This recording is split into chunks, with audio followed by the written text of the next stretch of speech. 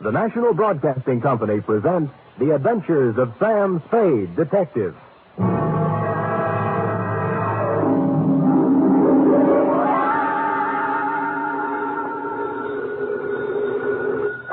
Sam Spade, Detective License, sir. Here's I, sweetheart. Sam!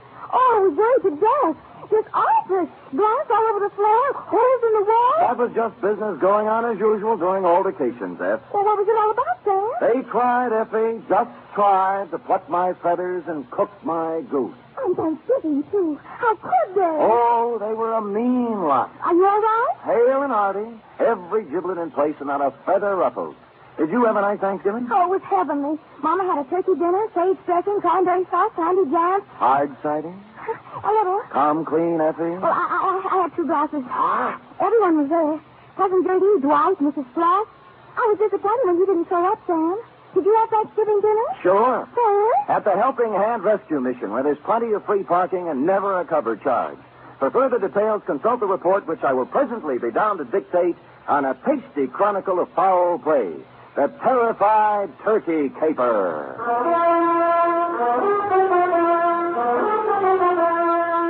For NBC, William Spear, radio's outstanding producer-director of mystery and crime drama, brings you the greatest private detective of them all in The Adventures of Sam Spade. Sam Spade! Oh, you were waiting for me. Having Thanksgiving dinner at a rescue mission, and Mama cooked it perfectly wonderful. Thank your mother for me, F. Tell her I'll be over to break wishbones with her tonight. And to atone for my social indifferences, here's a little something I brought for you. Oh, Sam! You shouldn't have. It's beautiful. What is it? A blunderbuss.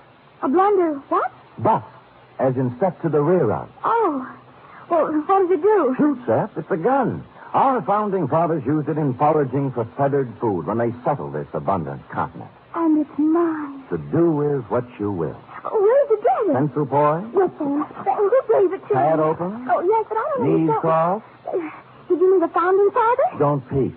Date November 24th, 1950. To Detective Lieutenant I.C. Kelsey, Homicide Detail, San Francisco Police. From Samuel Spade, license number 137596. Subject, Turkey. Dear Kelsey, this was a big week for the cranberry pickers, the butchers, the sage makers, and the stomach pill people. But for private detectives, it was strictly from hunger. My office door opened only twice a day, once to let me in and once to let me out. And when on Wednesday I heard a knock on the door, I went into a paroxysm of delight. Come in! Come in! Come in! Entrez-vous! Entrez-vous! Arise! When I ran out of languages, I got up from behind the desk, walked to the door, and opened it. Standing there was a small, middle-aged man with a pink, bald head.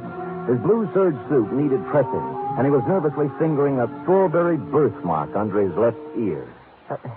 Mr. Samuel Spade? I am. May I have a moment with You may have several, but not in the corridor. It's not in my lease. Oh, I'll come in. Good. Well? Well, you'll have to excuse me, Mr. Spade. I've had so few dealings with private detectives. I find it hard to begin. Well.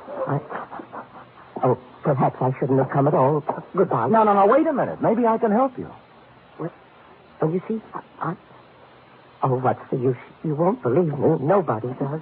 I'd really better... Oh, now, wait. I'll believe you. All I ask is a chance. Now, let's start with your name. Oh, what, my name? Yes. Yes, my name. To begin with, you won't believe that. Oh, but I can verify it. Yes, I can. It's on the registration book of the old Colony Hotel, in the 1943 phone book, and on my old driver's license. Well, I'll have to know it before I can verify it. Yes, of course you will. It's Tom. Well, now that's not so hard to believe. Oh, you haven't heard the rest of it. It's Tom Turkey. You see, I told you wouldn't believe it. I'd better go. No, now, let me be the first to believe you. Now, Mr. Tom, what's your problem? Oh, dear, that's even harder to explain. Well, now that I don't believe. But take a breath and jump into it. Yes. My name's Tom Turkey, and they're going to kill me for Thanksgiving.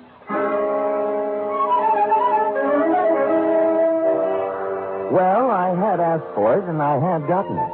And I sat back wondering who had gone to all the trouble to play this funny joke on me. I was looking at my hand to see if there was any itching powder on it where he'd shaken it when my phone rang. I lifted the receiver, swung around in my swivel, and gazed out onto the street. It was Al Cuccio calling, a private eye whose reputation was shadier than a mushroom cellar. Hiya, Spade. Al. Haven't seen much of you lately, Spade. You have to get together. Yeah, well, so long. Wait, I'll tell you why I called. I've had a pest in my office, keeps coming back. Thinks he's a turkey somebody wants to dress. I brushed him, but your name came up, and I just wanted to warn you. He might be in to see you. I'm confused, Al. I never knew you to turn your back on a buck. Oh, I don't want any of this one. His buttons are loose.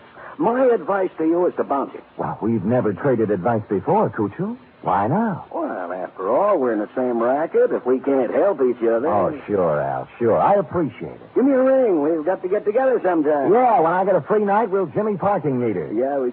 Huh? Oh, yeah. Parking meters. I'll see you later, Spady. I turned back to the desk, and what I saw in front of me was an empty chair. Tom Turkey had taken wing. I got up and walked to the window, and a minute later, I saw him come out of the building downstairs and start to cross the street. And then I saw something else. A large 4-ton truck was tearing down the street, picking up speed. Instinctively, I shouted a warning, and at the last second, Tom Turkey scrambled from in front of the truck and disappeared into the alleyway. The truck roared up the street, and on its side was printed in gold letters, "Haynes, you drive it." There was nothing to say it wasn't coincidence, this near mishap, but somehow I found myself intrigued and wanting to hear more of the little guy's story. He said the Old Colony Hotel. On the way, I stopped at the library, found an old 1943 phone book, and looked. He was listed. Thomas Turkey, it said. Out of curiosity, I rang the number. Hello? I wonder if you can help me. I'm inquiring about a Mr. Turkey. Turkey. This ain't his number no more. I know. Haven't had any calls for him for years. Corey Lane. Yeah, I know. I knew a woman named Rabbit once. Mrs. Rabbit. About Turkey, could you remember what he looked like? I don't. Hey, Manny, what Turkey look like? Huh? Oh. Yeah. Small man, around 50. Nice fellow, Manny says. Strawberry under his left ear? Strawberry under his left ear, Manny? Yeah, strawberry under his left ear. Well, thank you, madam, for your information, and thanks to Manny. Well, you're welcome, but I don't know what you're going to do with it. Old man Turkey's dead. Been dead for years. Curiouser and curiouser, I thought. They had described the man who came to my office 20 minutes ago, and now he'd been dead for years. I continued on to the Old Colony Hotel. Room, 75 cents, it said. Tom's room is 114. Who is it? Sam Spade. Oh, come in, Mr. Spade. I'm sorry I ran away. I didn't think you really believed me. Well, I'm not sure I do yet. Tell me, was that truck an accident? Oh, I don't think so, no. They made 3 attempts before to kill me. Somebody tried to push me in front of a train, and then a wheelchair full of cement dropped off a building and just missed me, and then I was shot at. Well, who are they, and why would they want to kill you? I don't know. I just don't know. Look, let's tack. Tack? Tack. I dialed your old phone number, and the people who answered said you're dead. Oh, a lot of people think I'm dead. Yeah. Look, do you still want me to work for you? Oh, yes, please. Well, you'll have to tell me more, then. I can't... Yes, I guess I'd better tell you everything. Oh, it's hard to talk about, Mr. Spade. It's not easy to admit to someone you've been a foolish man. You see, I just turned 50. I was quite tired of the life I'd led. Proper, dull, and unfruitful, except in money. My business was wearing, and so was my wife, Henrietta. This has a traditional ring. Anyway, to make it short, I decided to run away. One day I drove to work. I parked my car in the middle of the Bay Bridge where the suicide note left it and disappeared. Where did you go? Oh, all over the world. I took a job on a boat. I did. On a boat. And then I settled in Sao Paulo, Brazil, under another name. Now you're back. Why? Well, maybe I got lonely. Maybe I got wiser. Maybe I felt I paid enough for my mistakes. Let's just say I'm back. I want to be with Henrietta. Have you seen her? I checked into this hotel and wrote her a letter saying I wasn't dead. I was back in San Francisco, and I wanted to come back to her if she still would have me. But I told her I wouldn't bother her unless she wanted to see me, that she could contact me here. That was a week ago. And you haven't heard from her? No, and almost right away these attempts on my life began. I see. All right, what's her address? 3118 Monroe. Oh, she's taken her maiden name again. Black, Henrietta Black. Oh, come on, let's go. No, I'm not going to see her until she asks me. Well, look, you're going to my apartment. Nobody will bother you there. And you're going to see Henrietta? That's right. Oh, thank you. Thank you, Mr. Spade. You do believe me. I think I'm really ready to face the world again now. I deposited Tom in my apartment with instructions to open the door for no one but me, and then I proceeded to 3118 Monroe in a high-rent district. I was ushered through a comely portico by a Japanese maid who told me to wait in a study heavy with mahogany. In a moment, two people came in. The woman wore a black dress, silver pendant, flat shoes, and a complexion the color of apple meat. She was Miss Henrietta Black and/or Mrs. Tom Turkey. The man turned out to be Leander Luce, the lady's attorney, business manager, and canasta partner. You say you have something important to discuss with me, Mr. Spade. I do? I hope you don't mind my asking Mr. Luce to be here. Not at all. Well, Mrs. Turkey, I just talked to your husband, Tom. Mr. Spade, if you please. I say something? a rather feeble attempt at comedy, Mr. Spade. Well, I wasn't trying for a laugh. You are Mrs. Turkey, aren't you? I was. You undoubtedly still are. I'd expected to hear another one of these cruel jokes about my name. At Thanksgiving time, Mr. Spade, someone was always going to stuff Tom, baste him, dress him, slice him. This season, they're going to kill him. They are not going to kill him. He is already dead. He's not dead, Mrs. Turkey, and you should not.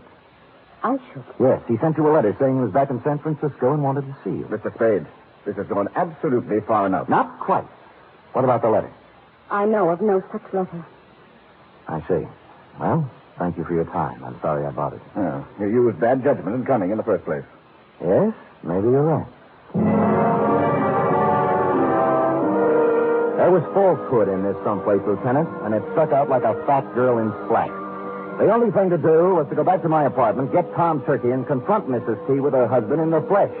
But when I got back to my apartment building, I spotted in rapid succession, 1, an ambulance, 2, a police car, and upstairs, outside my half-opened apartment door, I spotted 3, you. I've been expecting it. What's going on, Kelsey? Yeah, serious, Sam, serious. Who's that bald-headed man moving around the apartment? That's McCracken, the new medical examiner. Checking the stiff on your rug. I stepped around you, Lieutenant, and pushed the door all the way open. I saw McCracken kneeling over the body and a couple of men from homicide taking photos. I moved into the room feeling nothing good. A little guy had given me a job, and while I was yakking with his wife, somebody got to him. And in my apartment, where I'd stashed him. McCracken stood up, and I looked down at the body. Then I looked again. Who I saw wasn't Tom Turkey at all. It was the late Private Eye, Al Kuchel.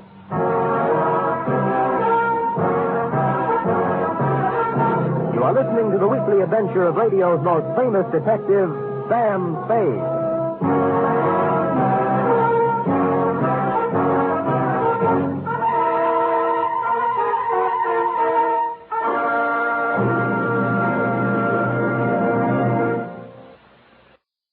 You are listening to Ron's Amazing Stories.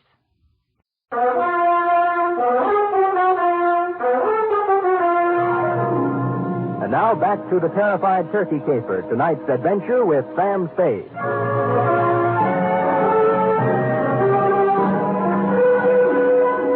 While the men from homicide were taking pictures, etc., you and I, Lieutenant, were going round and round on the question, if I didn't kill the man found in my room, who did?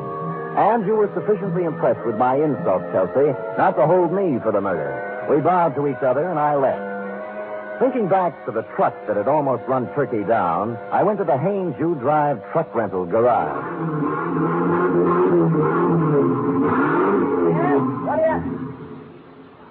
What do you want? I'm a detective. Could you give me a list of names for everybody who rented a truck from you during the past few days? Sure. He handed me a big registration book, and I read every name for the past week. For the first 5 days, they all seemed to be nice, normal, abnormal names. And then, under the rentals for the day before, was the name of John Smith. John had given his address as 7200 Kearney. And I happen to know that Kearney only goes up to 2000. The dispatcher said that Smith had returned the truck about 3 hours before. And he remembered him as an ugly, heavy-set, and rough-voiced character who looked like an ex-longshoreman. They had already washed the truck, so the fingerprints were all out up.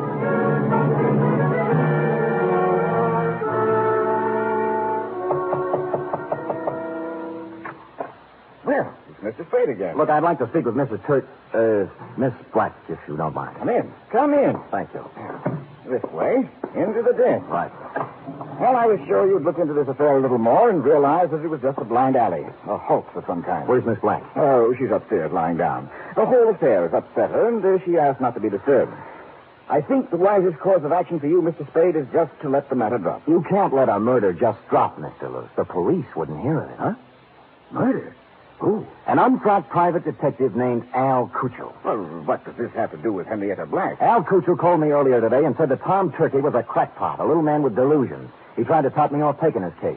He sounds like a perceiving man. Well, he didn't perceive ending up in my apartment with a bullet in his head. Well, that's too bad, but I still I don't left see... Tom Turkey in my apartment for safekeeping, and when I returned, he was gone and Cuccio was dead. Well, that explains itself, obviously. This detective knew that Tom Turkey was a phony, and Turkey killed him. It can figure that way, and a number of other ways. Mr. Spade, I have no desire to sit here trading subtleties with you. As yet, no one has demonstrated that the real Tom Turkey actually exists, alive. Now, until you do have something more concrete and less mythological, Miss Black requests that you do not come around opening up old wounds. You've made an eloquent point. Just tell me one thing. If I can. When did Tom Turkey disappear? I mean, what month, what day? It was, 1943, November. But I'm not sure of the exact day. I think it was in the third week. Could it have been on Thanksgiving? Very possibly, very possibly. I returned thoughtfully to my office and did a little rapid mental arithmetic and came up with the number 7. From November 23rd, 1943 to November 23rd, 1950 was 7 years to the day. And I pondered this. What did the number 7 mean to the life or death of Tom Turkey? I had just hit upon the answer and was crying Eureka when my office door opened, unlocked, and a visitor came in unannounced. He was ugly, heavy-set, and looked like an ex-longshoreman. I waited to see if the voice checked. You, Spade? Who shall I say is calling? Yeah, Captain John Smith. And here's my calling card. The first bullet grazed my shoulder and tore the padding out of my coat. The second bullet hit the water cooler and it crashed over, water and all on top of me.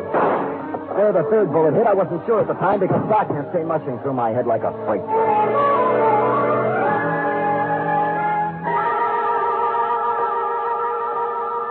When I opened my eyes again, I expected to see St. Peter checking my ID card. But all I saw were the dust balls under my desk and a fly bathing himself in a pool of water spreading slowly over the floor. There was blood on my hand, but it came from a glass cut. I was in shambles, but alive. Captain John Smith had shoved off, obviously thinking his bullets had done their work.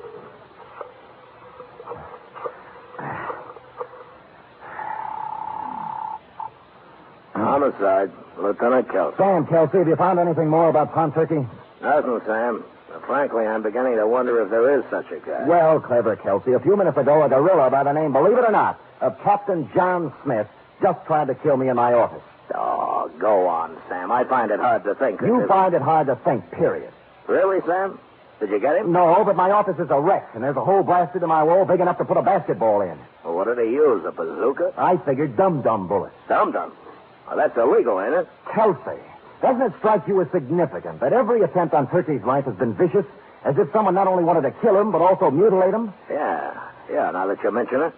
Somebody probably wanted to make identification difficult. Even dead, they didn't want anybody to know who he was. Now, listen carefully, Kelsey. This is real deep. Tom Turkey disappeared on Thanksgiving of 1943. A person has to be missing 7 years before he can be legally dead and his insurance collected.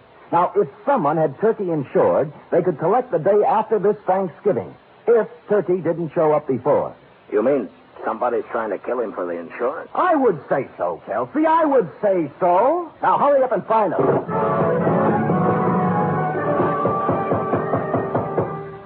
When I put down the phone, I heard a heavy pounding. For a minute, I thought it was in my head, until I turned to face the door, and standing there was a small pilgrim with bandy legs in black stockings, pantaloons, white-collared coat, and stovepipe hat. Hallelujah. He wore silver buckles, and what he was pounding on the floor was an 18th century blunderbuss. Hallelujah. Have I got the right place? Oh, offhand, I'd say so. If you're looking for Captain John Smith, he just left. Pocahontas is expected any minute. Now, don't you go trying to confuse me. I'm too thirsty. What's on your mind? Well, I'm looking for a fellow named Dan, oh, I'm so thirsty I forgot. Sam Spade? Yeah, that's it. Yeah. Oh, you broke your water bottle, huh? Yeah. Good. That stuff's poison anyway. Hallelujah.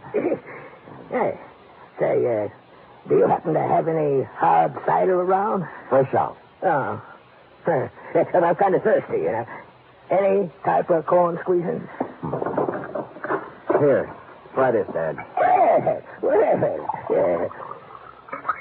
Good, huh? Oh. You like that, huh? Oh.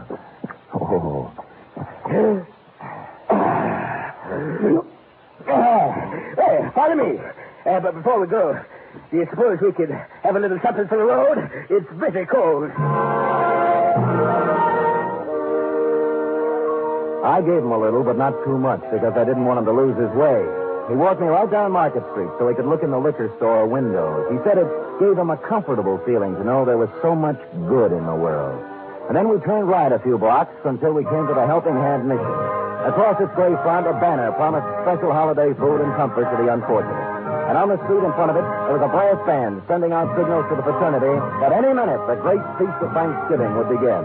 The band members and other volunteer workers were all dressed as pilgrims, a quaint conceit.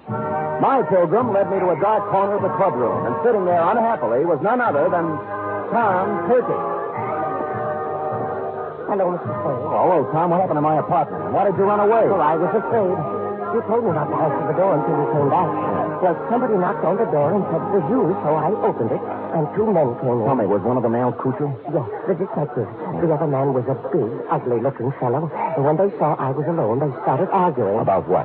Well, the detective said that now that he brought the ugly man there, he wanted his money. Yeah? The ugly man pulled a gun, and they started to fight. Oh, dear, I slipped out the door, and when I was halfway downstairs, I heard a shot and kept on running. Well, Al Cuccio is dead. Oh, my. I thought so. This was the only place I could think of to hide. Oh, when Henrietta finds out I've been mixed up in a murder, she'll never take me back. Henrietta. Hey, tell me, did your wife ever have any insurance on you? Oh, before I ran away, she did. A $50,000 policy, but, that would have lapsed by now. Maybe. Did it have a suicide clause in it? A suicide? Yeah. Well, no. No, it didn't. I remember. Yeah, you'd like to talk to Henrietta, wouldn't you? All right, here's her phone number. Call her up and tell her where you are. Oh, dear, I don't think I could. I'm too frightened. You've got to do something to help yourself. If you don't, by midnight, you might be a cold turkey. Oh. I'm sorry, it just slipped out. All right, I'll do it.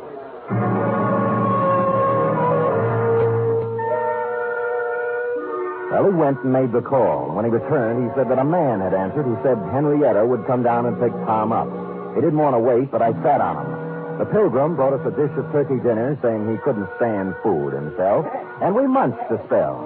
In a little while, a limousine pulled up in front of the mission with someone in back whom I couldn't see. A chauffeur stepped out and came in inquiring for Tom Turkey. It was Captain John Smith himself. When he saw me, a look of shocked surprise came over his unhandsome face. Hoping to catch him off balance, I drove at him. It was the liveliest thing that has happened at the Helping Hand Mission in years, and we had a good house, too. Money was even changing hands. When I heard the odds starting to go against me, I realized I'd better come up with something. Here, use this, partner. And I did. The bandy-legged pilgrim shoved his blunderbuss right in my hand. And I swung. This dropped like pheasant on the wing. I looked up.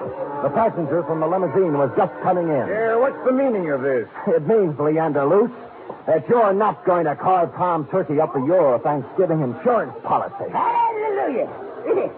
Drumstick, anyone?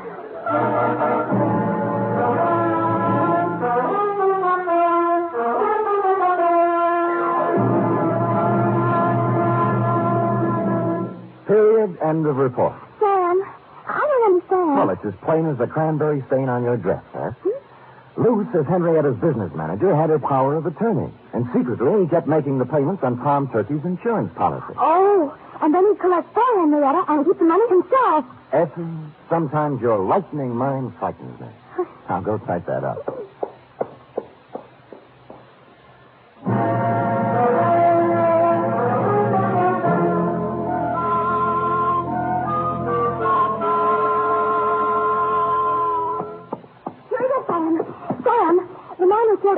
Central and tried to kill you, was his name really Captain John Smith? No, Wissy. Could we have a Thanksgiving caper without a Captain John Smith? It wouldn't be right. It was a coincidence, wasn't it? Well, if you promise not to tell anyone. I won't. His real name was Michael Giuseppe Yablonsky Smith. I called him John for short. You're so kind. Are we going over to your mother's for cold turkey snacks? Well, all right, but I don't think there'll be much left. Oh? You see, my cousin Julie couldn't find a little boy. And Mother phoned and said they just found him. He was inside the turkey, eating his way out. Effie, is there no way to curb that tongue of yours? There's one way. Well, come here. Oh,